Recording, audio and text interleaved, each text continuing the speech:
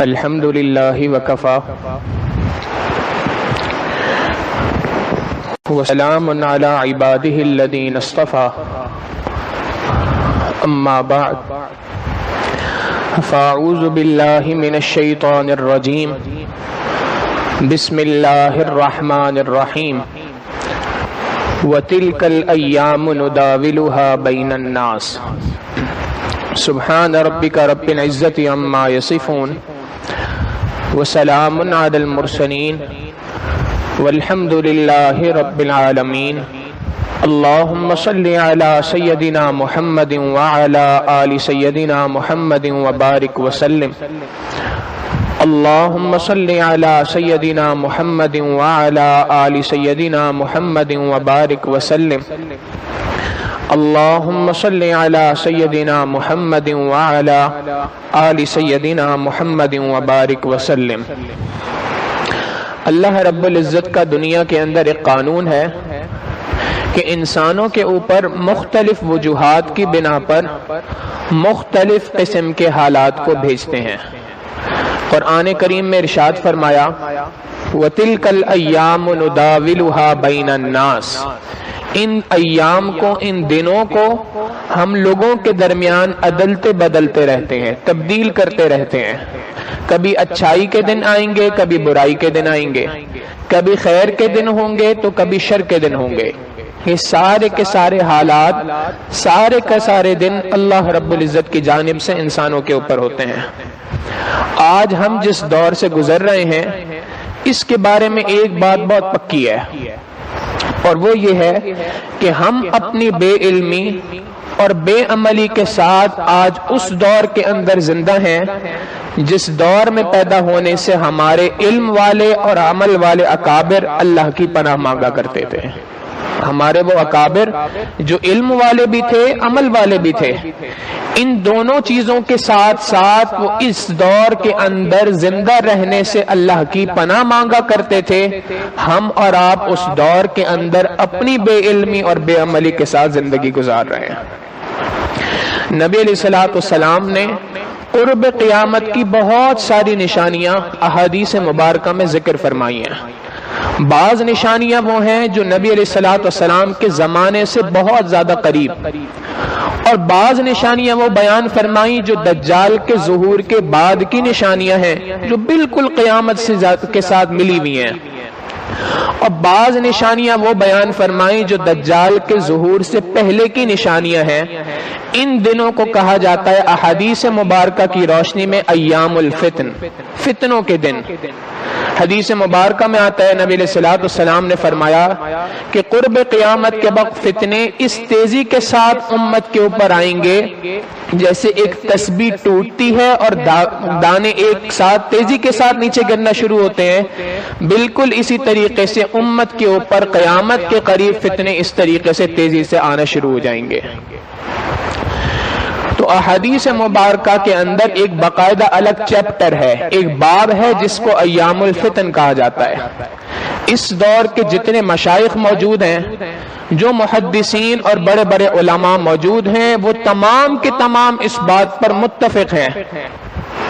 وہ سارے کے سارے اس بات کو تسلیم کرتے ہیں کہ احادیث مبارکہ کے اندر ایام الفتن، فتنوں کا دور جس دور کو کہا گیا ہے اس دور کی ابتدا اب ہو چکی ہے۔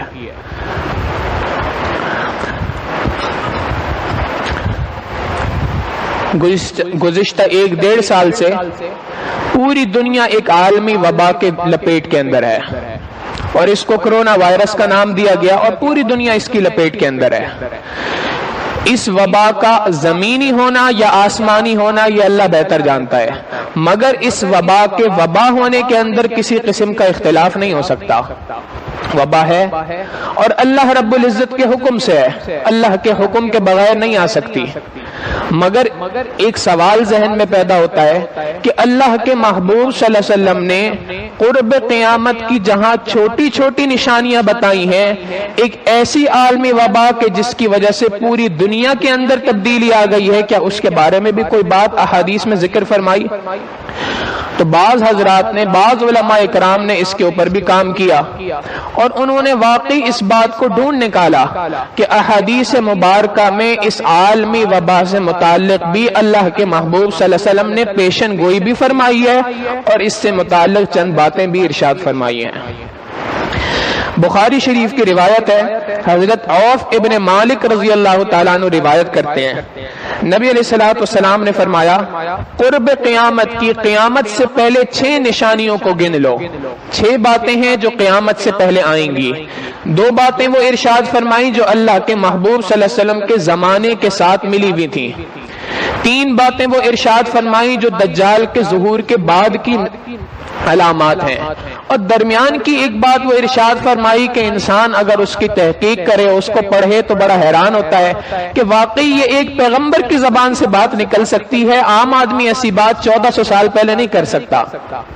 نبی علیہ الصلوۃ والسلام نے فرمایا کہ سب سے پہلی نشانی قرب قیامت کی میری موت، میرا اس دنیا سے چلا جانا، یہ نبی علیہ الصلوۃ والسلام کے زمانے سے قریب کی نشانی ہے۔ دوسری نشانی فرمائی بیت المقدس کا فتح ہو جانا، یہ بھی اللہ کے محبوب صلی اللہ علیہ وسلم کے زمانے سے ملی ہوئی بات ہے۔ سیدنا عمر فاروق رضی اللہ تعالیٰ عنہ کے دور کے اندر بیت المقدس فتح ہوا۔ تیسری نشانی وہ بیان فرمائی جو دجال کے ظہور سے بہت زیادہ قریب کی نشانی ہے، اور فرمایا موتان کثرت کے ساتھ اموات واقع ہوں گی۔ وہ اموات کیسے واقع ہوں گی؟ یأخذ فیکم، تمہیں اچک لیں گی، وہ موت تمہارے اوپر آ جائے گی کقعاص الغنم۔ ایک ترجمہ تو اس کا یہ کیا جاتا ہے جیسے بھیڑ بکریوں کے اندر موت واقع ہوتی ہے، اس طریقے سے تمہارے اندر بھی اموات واقع ہو جائیں گی۔ مگر ایک عربی زبان کی کتاب ہے محاوروں کی، جس کے اندر عربی زبان سے متعلق جتنے محاورے ہیں ان کی تفصیلات بیان کی گئیں۔ لسان العرب اس کتاب کا نام ہے۔ اس کتاب کے اندر اس بارے میں لکھا ہے کہ قعاص الغنم ایک بکریوں کے اندر، جانوروں کے اندر پائی جانے والی ایک خاص بیماری کا نام ہے۔ وہ بیماری کیا ہے؟ وہاں پر وہ لکھتے ہیں داءن، یہ ایک ایسی بیماری ہے یأخذ فی الصدر، جو سینے کے اندر واقع ہوتی ہے، کأنہ یکسر العنق، وہ ایک ایسی بیماری ہے جو سینے کے اندر داخل ہوتی ہے اور اس کے بعد انسان کے سینے کے اندر ایسی چیز کو پھیلا دیتی ہے کہ جس کی وجہ سے سانس لینا مشکل ہو جاتا ہے، کأنہ یکسر العنق، گویا کہ اس کی گردن اب ٹوٹ جائے گی۔ احادیث مبارکہ میں اتنے واضح الفاظ کے ساتھ اللہ کے محبوب صلی اللہ علیہ وسلم نے اس کو قرب قیامت کی نشانیوں میں سے ایک نشانی بیان فرمایا۔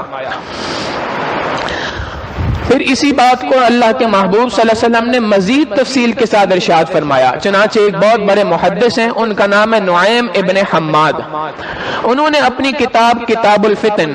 آثار قیامت، قیامت سے پہلے جو فتنے واقع ہوں گے اس کے بارے میں اللہ کے محبوب صلی اللہ علیہ وسلم نے کیا باتیں ارشاد فرمائی ہیں ان کو ایک جگہ پہ جمع فرمایا۔ سیدنا ابو ہریرہ رضی اللہ تعالیٰ عنہ کی روایت ہے کہ نبی علیہ الصلوۃ والسلام نے فرمایا کہ قرب قیامت کے وقت پر 4 بڑے فتنے رونما ہوں گے۔ 3 فتنوں کا تعلق ہمارے اس موضوع کے ساتھ نہیں ہے۔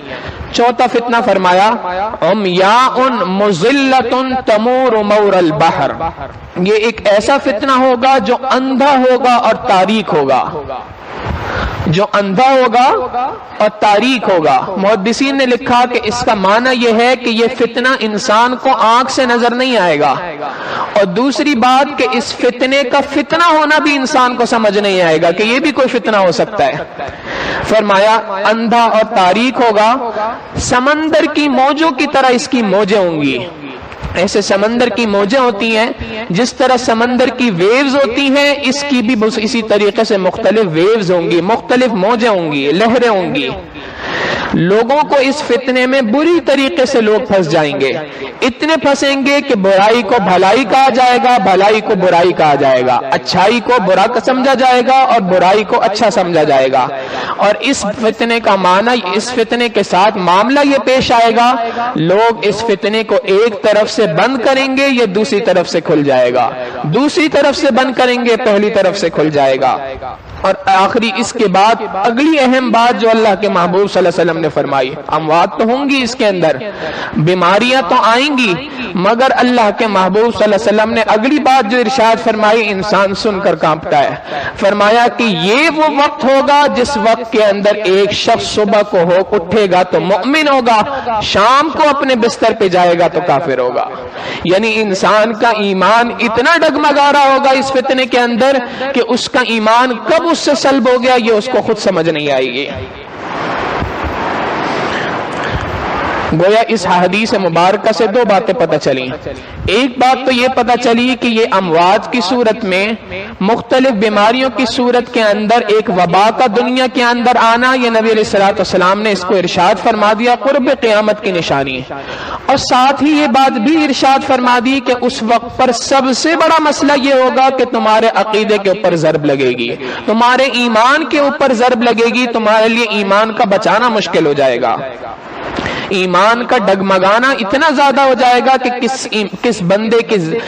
دل سے، اس کے سینے سے ایمان کس وقت پہ چھین لیا گیا اس کے بارے میں کوئی بات نہیں کہی جا سکتی۔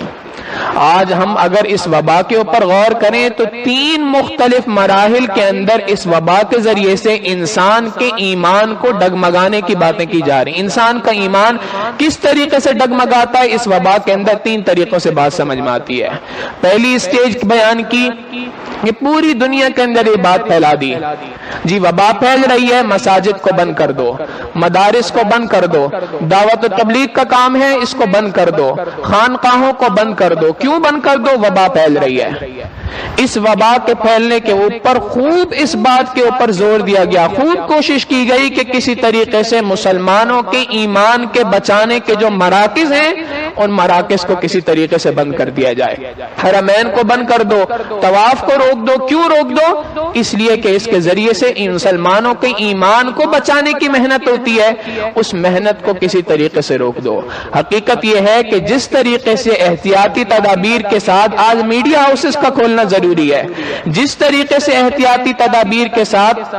بینکس کا کھولنا ضروری ہے، اس سے کہیں گنا زیادہ ضروری ہے کہ احتیاطی تدابیر کے ساتھ مدارس کو بھی کھولا جائے، مساجد کو بھی آباد کیا جائے، دعوت و تبلیغ کے کام کو بھی دوبارہ سے جاری رکھا جائے۔ ان تمام کاموں کی ضرورت ہے۔ تو ایک طریقے سے مسلمانوں کے جو دینی مراکز تھے ان مراکز سے مسلمانوں کا رشتہ توڑنے کی کوشش کی گئی۔ یہ پہلا عقیدے کے اوپر، ایمان کے اوپر حملہ ہوا۔ اور اس سے اگلی بات کہ اس وبا کے ذریعے سے، اس بیماری کے ذریعے سے مسلمانوں کے اندر، ایمان والوں کے اندر موت کا ایک خوف بٹھا دیا گیا۔ یہ موت کا خوف اتنا پھیل گیا کہ انسان زندہ رہتے ہوئے بھی مردوں والی زندگی گزار رہا ہے۔ ہر وقت صبح شام جب کسی سے ملو موت کے اس خوف کے اندر مبتلا ہے۔ سینکڑوں لوگوں کو آپ بھی جانتے ہوں گے، ہم بھی جانتے ہیں کہ جنہوں نے اس وبا کے شروع ہونے سے لے کے اب تک اپنے آپ کو گھروں کے اندر قید کیا ہوا ہے۔ مسجد کے اندر نہیں جاتے، اچھے بھلے نمازی تھے، 5 وقت کی نماز کے لیے مسجد کے اندر آتے تھے، جمعے کے لیے مسجد کے اندر آتے تھے، اب عید کے لیے مسجد کے اندر آنا مشکل۔ کیا ہوا جی؟ وبا پھیلی ہوئی ہے، ڈر لگتا ہے کہ کہیں میں اس وبا کی لپیٹ میں نہ آ جاؤں۔ تو ایک موت کا خوف ہے جو ہر بندے کے اوپر طاری کر دیا گیا۔ مسلمان کا حال یہ ہے کہ مومن آدمی موت سے نہیں ڈرا کرتا، مومن آدمی ہمیشہ اس موت کو سینے سے لگاتا ہے، گلے سے لگاتا ہے۔ کیوں؟ حدیث مبارکہ میں آیا، نبی علیہ الصلوۃ والسلام نے فرمایا تحفۃ المؤمن الموت، مومن کے لیے موت جو ہے وہ ایک تحفہ ہے۔ الموت جرس، یہ موت جو ہے یہ ایک پل ہے، یوصل الحبیب الی الحبیب، ایک دوست کو دوسرے دوست کے ملانے کے کام آتی ہے۔ تو مومن کی اور عام کافر کی زندگی کے اندر بنیادی فرق یہ ہے کہ مومن آدمی کبھی موت سے نہیں ڈرا کرتا۔ اللہ رب العزت قرآن کریم میں ارشاد فرماتے ہیں ان الموت الذی تفرون منہ، اگر تم موت سے فرار اختیار کرنا چاہتے ہو فانہ ملاقیکم، وہ تو تمہارے پاس آنے والی ہے، وہ آ کر رہے گی تمہارے پاس۔ مومن آدمی موت سے نہیں ڈرا کرتا۔ ہاں اس کا معنی یہ نہیں ہے کہ وہ احتیاطی تدابیر کو اٹھا کر ایک سائڈ پہ کر دیتا ہے، نہیں، وہ احتیاطی تدابیر بھی اختیار کرتا ہے کہ یہ بھی اللہ رب العزت کا حکم ہے، یہ بھی نبی علیہ الصلوۃ والسلام کے فرامین میں سے ایک فرمان ہے، مگر اس کا یقین اللہ رب العزت کی ذات کے اوپر ہوتا ہے، اس کو اس بات کا کامل کامل یقین ہوتا ہے کہ یہ سینیٹائزر مجھے نہیں بچا سکتا، یہ ماسک مجھے نہیں بچا سکتا، اگر مجھے بچا سکتا ہے تو اللہ رب العزت کا حکم بچا سکتا ہے، ہاں اللہ کا حکم ہے ان چیزوں کو اختیار کرنے کا، احتیاطی تدابیر کو اختیار کرنے کا، تو میں اس کو ضرور اختیار کر رہا ہوں۔ مومن کی زندگی میں اور عام بندے کی زندگی میں بنیادی فرق یہی ہے۔ آپ دیکھیں ابراہیم علیہ السلام آگ کے اندر جا رہے ہیں، جس وقت پر آگ کے اندر چھلانگ لگائی جا رہی ہے، ان کو پھینکا جا رہا ہے، درمیان کے اندر جبرائیل علیہ السلام آتے ہیں اور آ کے پوچھتے ہیں جی میں آپ کی کوئی مدد کر سکتا ہوں، کیا میں آپ کی کوئی مدد کروں؟ تو اس وقت ابراہیم علیہ السلام عین اس وقت پہ جب آگ میں گرنے والے ہیں، اللہ رب العزت کی ذات پر اتنا کامل یقین، اس وقت بھی فرما رہے ہیں حسبی سؤالی علمہ بحالی، میرا پروردگار مجھے اس حال میں جانتا ہے، یہ بات میرے لیے کافی ہے۔ تو مومن آدمی کی زندگی کے اندر اور ایک کافر کی زندگی کا ایک بڑا فرق یہ ہے کہ مومن موت سے نہیں ڈرتا، بلکہ اس کے دل کے اندر یہ بات پکی ہو جاتی ہے، یہ بات اندر تک بیٹھی ہوتی ہے کہ اگر اللہ رب العزت نے اس فلاں چیز کو، فلاں بیماری کو میرے مقدر کے اندر لکھ دیا ہے، دنیا کی کوئی طاقت ایسی نہیں ہے جو مجھے اس سے بچا سکے، اور اگر اللہ رب العزت نے اس بات کا فیصلہ کر لیا ہے کہ مجھے اس وبا سے، اس مرض سے بچانا ہے، دنیا کی کوئی طاقت ایسی نہیں ہے کہ جو مجھے اس موت کے، اس مرض کے اندر مبتلا کر سکے۔ مومن کی زندگی میں اور عام بندے کی زندگی کا بڑا فرق یہ ہے، ہم سے اس وبا کے اندر، ان امراض کے اندر ایک بنیادی ہمارے عقیدے کے اوپر چوٹ یہ پڑی ہے، انسانوں کے لیے ان تمام چیزوں کو ایسے بنا کے پیش کر دیا گیا گویا یہی خدا ہے، یہی انسان کو بچانے والی چیزیں ہیں۔ بتوں سے تجھ کو امیدیں، خدا سے نا امیدی، بتوں سے تجھ کو امیدیں، خدا سے نا امیدی، مجھے بتا تو صحیح اور کافری کیا ہے؟ کفر اس کے علاوہ کہتے کس چیز کو ہیں؟ تو پہلا کام تو یہ کیا گیا کہ مسلمانوں کے جو روحانی مراکز ہیں جہاں سے ایمان کے بچانے کی محنت ہوا کرتی ہے، ان کو بند کرنے کی کوشش کی گئی۔ انسان کے ایمان پر پہلا حملہ۔ دوسرا حملہ کہ انسان کے لیے جو مختلف میڈیسنز ہیں، مختلف احتیاطی تدابیر ہیں، ان کو اس طریقے سے بنا کے پیش کر دیا گیا کہ اگر ان کو اختیار نہیں کرو گے تو اس صورت میں تم اس سے بچ نہیں سکتے۔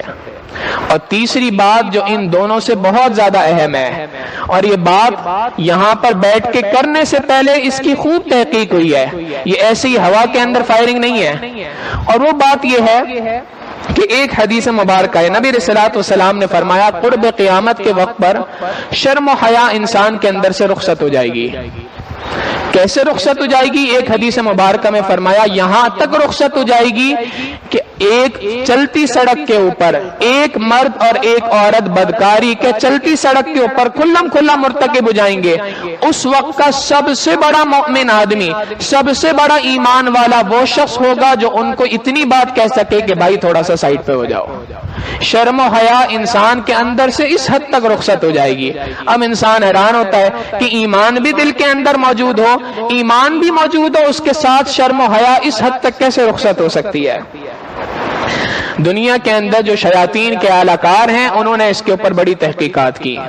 انہوں نے تحقیقات کی کہ انسان کے اندر یہ جو شرم و حیا کا مادہ ہوتا ہے، شرم و حیا کا مادہ ایمان کے بارے میں جو انسان کی جذباتی کیفیت ہوتی ہے کہ نبی علیہ الصلوۃ والسلام کے بارے میں کوئی بات کی جائے انسان کے جذبات اٹھتے ہیں، بھڑک اٹھتے ہیں، اللہ رب العزت کی وحدانیت کے اوپر کوئی بات کی جائے انسان کے جذبات بھڑک اٹھتے ہیں۔ تو یہ کیسے ممکن ہے؟ یہ کیا چیز ہے کہ جس کی وجہ سے ان کے اندر یہ جذبات آتے ہیں؟ انہوں نے اس کے اوپر خوب تحقیقات کی۔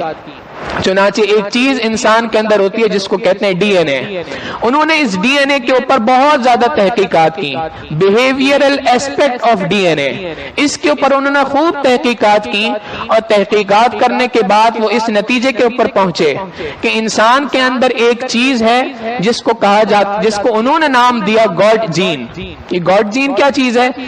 ایک آسان سے سمجھنے کے لیے ہم یوں مثال دے سکتے ہیں جیسے انسان کے جسم کے اندر مختلف سیل ہوتے ہیں، اسی طریقے سے ایک سیل ہے، سمجھنے کے لیے یہ بات کہی جا سکتی ہے۔ انہوں نے کہا کہ یہ سیل جس بندے کے اندر موجود ہوتا ہے تو یہ اس بندے کے اندر ایمان کے جذبے کو بڑھاتا ہے، اور جتنا زیادہ یہ سیل موجود ہوتا ہے اتنی زیادہ انسان کے اندر شرم و حیا موجود ہوتی ہے، اور جب یہ سیل ختم ہو جائے یا کمزور پڑ جائے، کم ہو جائے، تو اس وقت پر اس کے اندر سے یہ جو شرم و حیا کا مادہ ہے یہ کم ہونا شروع ہو جاتا ہے۔ انہوں نے اس کے اوپر پوری تحقیق کی، اور ان کی یہ پوری تحقیق آج دنیا کے اندر ایک کتاب کے نام پر چھپی ہوئی ہے، The God Gene How Faith is Hardwired into Our Genes۔ اس کتاب کے اندر انہوں نے پوری اپنی تحقیقات کو پیش کیا، اور اس کے بعد وہ یہ بات کرتے ہیں، یہ تحقیق 2005 کے اندر ہوئی، اور 2005 کی اس تحقیق کے بعد وہ اس نتیجے کے اوپر پہنچے کہ اگر کسی بیماری کے بعد کسی انجیکشن کے ذریعے سے کوئی دوا انسان کے اندر پہنچائی جائے تو اس دوا کے ذریعے سے ایک ایسی چیز انسان کے جسم میں پہنچائی جا سکتی ہے جس سے گاڈ جین انسان کی تباہ ہو جائے، یہ گاڈ جین ختم ہو جائے، یہ سیل ڈسٹرائے ہو جائے، اور اس کے ڈسٹرائے ہونے کے بعد انسان کے اندر سے شرم و حیا کا مادہ رخصت ہو جائے گا۔ اس مادے کا انسان کے اندر سے ختم ہو جانا بہت آسان چیز ہے۔ اس کے بعد اس شخص کے لیے ایمان کے اوپر اس طریقے سے ڈٹ جانا، ایمان کے نام پر، اللہ رب العزت کے نام پر، نبی علیہ الصلوۃ والسلام کے نام کے اوپر، ان تمام چیزوں کے اوپر جن پہ بھڑک اٹھتا ہے، اس کا بھڑکنا بالکل ختم ہو جائے گا۔ چنانچہ دین بیزار طبیعتیں جو دنیا کے اندر موجود ہیں، یہ ایمان والوں کے اندر بھی پیدا کرنا اس کے ذریعے سے بہت آسان ہے۔ اب ایسے بندے کا اب اس حدیث مبارکہ کے ساتھ رشتہ جوڑیں کہ اللہ کے محبوب صلی اللہ علیہ وسلم نے فرمایا کہ وہ بیماری آئے گی جو انسان کے سینے کے اندر اٹیک کرے گی، اور سینے میں اٹیک کر کے کأنہ یکسر العنق، گویا کہ اس کی گردن کو توڑ دے گی۔ اس بیماری کے آنے کے بعد انسان کا ایمان اتنا مشکل ہو جائے گا کہ ایک بندہ صبح کو مومن ہوگا، شام کو اپنے بستر کے اوپر جائے گا تو وہ شخص کافر ہوگا۔ ان دو چیزوں کو اگر ملا لیں تو بات بہت واضح سمجھ میں آتی ہے کہ آج کے سائنٹسٹ، آج کی دنیا کے جو ماہرین ہیں، وہ جس ریسرچ کے اوپر پہنچے ہیں، اللہ کے محبوب صلی اللہ علیہ وسلم 1400 سال پہلے ہمیں یہ بات بتا کر چلے گئے۔ لہٰذا بعض ماہرین کی یہ رائے ہے کہ آج اس وبا کے اوپر جو ویکسین کے نام پر ایک چیز دنیا کے اندر لگائی جا رہی ہے، اس ویکسین کے اندر ایک عنصر یہ بھی شامل ہے۔ مگر ایک سوال ذہن کے اندر پیدا ہوتا ہے، بات کو مکمل سنیے گا۔ ایک سوال ذہن کے اندر یہ پیدا ہوتا ہے کہ فی الحال ڈاکٹر حضرات کی تحقیق کے مطابق اس مرض کا اس کے علاوہ کوئی دوسرا علاج موجود نہیں ہے، اور یہ شاید ہر انسان کو لگوانی پڑے۔ تو اب اس کا حکم کیا ہے، کس طریقے سے لگوائی جائے، اس کو کیا کیا جائے؟ قربان جائیں اپنے آقا صلی اللہ علیہ وسلم پر، 1400 سال پہلے امت کو اس کا حل بھی دے کے چلے گئے۔ نبی علیہ الصلوۃ والسلام نے اسی حدیث مبارکہ کے آخر میں فرمایا کہ ایمان اتنا ڈگمگائے گا، اور آگے فرمایا وَلَا يَنْجُو مِنْهَا إِلَّا مَنْ دَعَا كَدُعَاءِ الْغَرْقِ فِي الْبَحْرِ۔ اللہ کے محبوب صلی اللہ علیہ وسلم نے یہ بات نہیں فرمائی کہ اس کے اندر کسی بیماری کا علاج نہ کرنا، یہ بات ارشاد نہیں فرمائی کہ اس بیماری سے تمہاری موت واقع نہیں ہوں گی، بلکہ فرمایا اموات تو واقع ہوں گی، بیماری بھی لگے گی، اس کا علاج بھی تم اختیار کرو گے۔ اس وبا سے، اس فتنے سے بچنے کا طریقہ یہ ہے کہ اس فتنے سے وہی شخص بچ سکتا ہے کہ جو اس طریقے سے دعا مانگنے کا اہتمام کرے جس طریقے سے ڈوبتے سمندر کے اندر انسان دعا مانگ رہا ہوتا ہے۔ ایک آدمی کو پتا ہو کہ میں سمندر کے اندر ڈوب رہا ہوں، اس وقت پہ جس آہوزاری کے ساتھ، جس گریہ کے ساتھ، جس طریقے سے وہ اللہ رب العزت سے دعا کرے گا، جب انسان اسی طریقے سے اللہ رب العزت کے سامنے دعائیں مانگنا شروع کرے گا، اس طریقے سے ڈوب کر اللہ رب العزت کے سامنے دعائیں مانگے گا، ایسا شخص اس فتنے سے محفوظ ہو جائے گا۔ تو اس ویکسین کو لگوانے کے بارے میں علماء نے یہی حکم دیا کہ بالکل لگوائی جائے، لیکن 3 کاموں کو سر انجام دے۔ پہلا کام جو نبی علیہ الصلوۃ والسلام نے بتا دیا کہ کثرت کے ساتھ دعا مانگے، ایک دن کے اندر وقت اپنا مقرر کرے کہ میں نے اتنی دیر اللہ رب العزت کے سامنے رو رو کر دعائیں مانگنی ہے، اللہ سے دعائیں مانگے، اے اللہ ہماری بھی حفاظت فرما، ہماری ایمان کی بھی حفاظت فرما، ہماری آئندہ آنے والی نسلوں کی بھی ایمان کی حفاظت فرما۔ تو پہلا کام یہ کہ خوب گریہ زاری کے ساتھ، خوب آہ و بکا کے ساتھ اللہ رب العزت کے سامنے دعائیں مانگے۔ دوسری بات، ہمارے اکابرین نے، بزرگوں نے یہ بات لکھی کہ حضرت خالد ابن ولید رضی اللہ تعالیٰ عنہ کا واقعہ ہے کہ جب ان کو کفار نے زہر کی شیشی پیش کی کہ آپ اس کو پیئیں تو انہوں نے اس کو پینے کے ساتھ دعا پڑھی، بسم اللہ الذی لا یضر مع اسمہ شیء فی الارض ولا فی السماء وہو السمیع العلیم۔ اس دعا کو یاد کر لیں، چلتے پھرتے اس کو پڑھنے کا اہتمام کریں، خاص طور پہ جب ویکسین لگوانی ہو تو اس وقت پہ اس دعا کا اہتمام کریں۔ اللہ رب العزت اس کی برکت سے مضر اثرات سے انسان کی حفاظت فرما دیں گے۔ اور تیسری بات ارشاد فرمائی کہ اس ویکسین کے لگوانے کے بعد اللہ والوں کی صحبت کو اختیار کرنا جیسے پہلے ضروری تھا، اب اس ویکسین کے لگوانے کے بعد شاید کچھ زیادہ ضروری ہے کہ یہ وہ صحبت ایک ایسی چیز ہے کہ جس کے اندر اللہ رب العزت کے محبوب صلی اللہ علیہ وسلم کی زبان فیض ترجمان سے بات نکلی ہے۔ نبی علیہ الصلوۃ والسلام نے یہ بات فرمائی کہ ان اللہ والوں کی صحبت کو اختیار کرنے کی برکت سے اللہ رب العزت انسان کے ایمان کی حفاظت فرما دیتے ہیں۔ تو ایمان کی حفاظت کے لیے ان تین کاموں کو سر انجام دیں اور اللہ رب العزت کی ذات پہ بھروسہ رکھیں کہ پروردگار عالم کے ساتھ ہمارا تعلق قائم ہوگا۔ اللہ رب العزت چاہیں گے تو ہر چیز کے مضر اثرات کو ہم سے دور فرما سکتے ہیں۔ اللہ رب العزت ہماری بھی نسلوں کی ایمان کی حفاظت فرمائے، ہماری آنے والے نسلوں کی ایمان کی بھی حفاظت فرمائے۔